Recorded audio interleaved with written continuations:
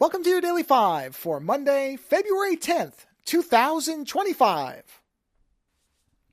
One of the most delightful things for me in life as I get older is to be surprised in a really great way by stumbling across things that I didn't really know existed and have really found enjoyment in. And one of those things, if you remember, I reviewed a while back a quartet of films by a Polish director as part of the Apocalypse tetralogy. I can't remember what it was called. Whatever it was, the box set that had 4 films. Gollum, War of the Worlds, 20th Century, Gaga, Glory to the Heroes, and what's the last one? Whatever it was. You remember, I went on and on about this box set because I had bought it sight unseen just based on really the descriptions and the artwork of the box set.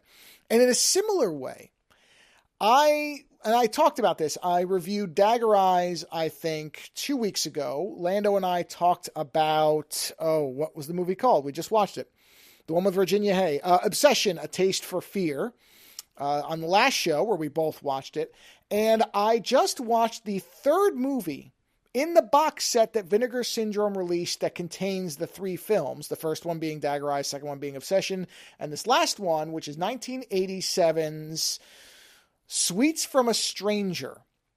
And I'm not going to review that movie in this 5.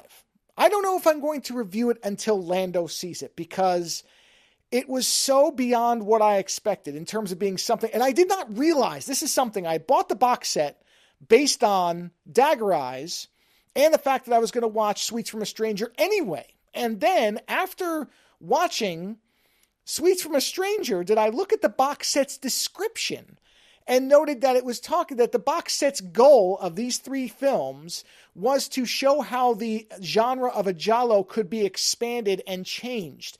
And that makes complete sense because if you remember my Dagger Eyes review, I said it's really more of a spy thriller than a giallo, but it has those elements. Obsession was basically Blade Runner meets a giallo, more or less. And Sweets from a Stranger is a giallo that is at its core a giallo murder mystery. That's absolutely what it is. There is a slasher, there is a mystery, but it is a character study of a group of prostitutes who band together to try to stop the person that's killing them.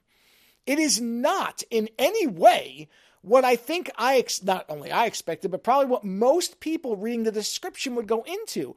And this box set, I've read the descriptions for the other box sets. I'm sure the movies in them are quite good. I've seen a couple of them. But honestly, I doubt any of those box sets will deliver the surprise and delight that this one has because I didn't know that all of these movies were subverting the traditional approach to giallos. I really did not. I just kind of watched the first one, was surprised by it, then watched the second one, and of course Lando and I watched that, and that was just a complete curveball for a number of reasons. And then Sweets from a Stranger, I didn't read anything about it.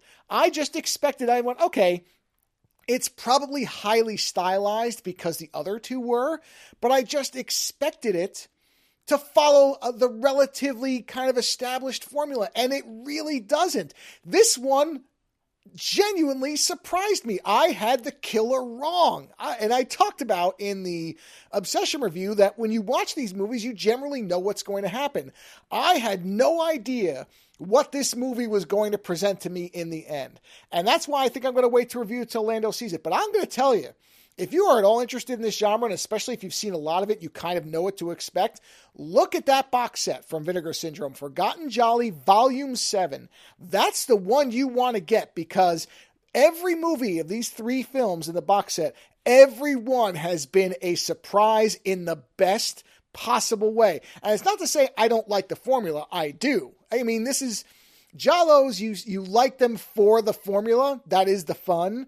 But you know what? When you get comfortable with that formula, when you really love it, then it makes the times we're veering out of that formula in a way that's successful all the more wonderful. And really, each of these movies, I cannot possibly tell you how just blasted with joy I am that each of these movies manages to kind of incorporate the formula, radically change it, and yet work as what it's trying to be. So again, Forgotten Gialli Volume 7.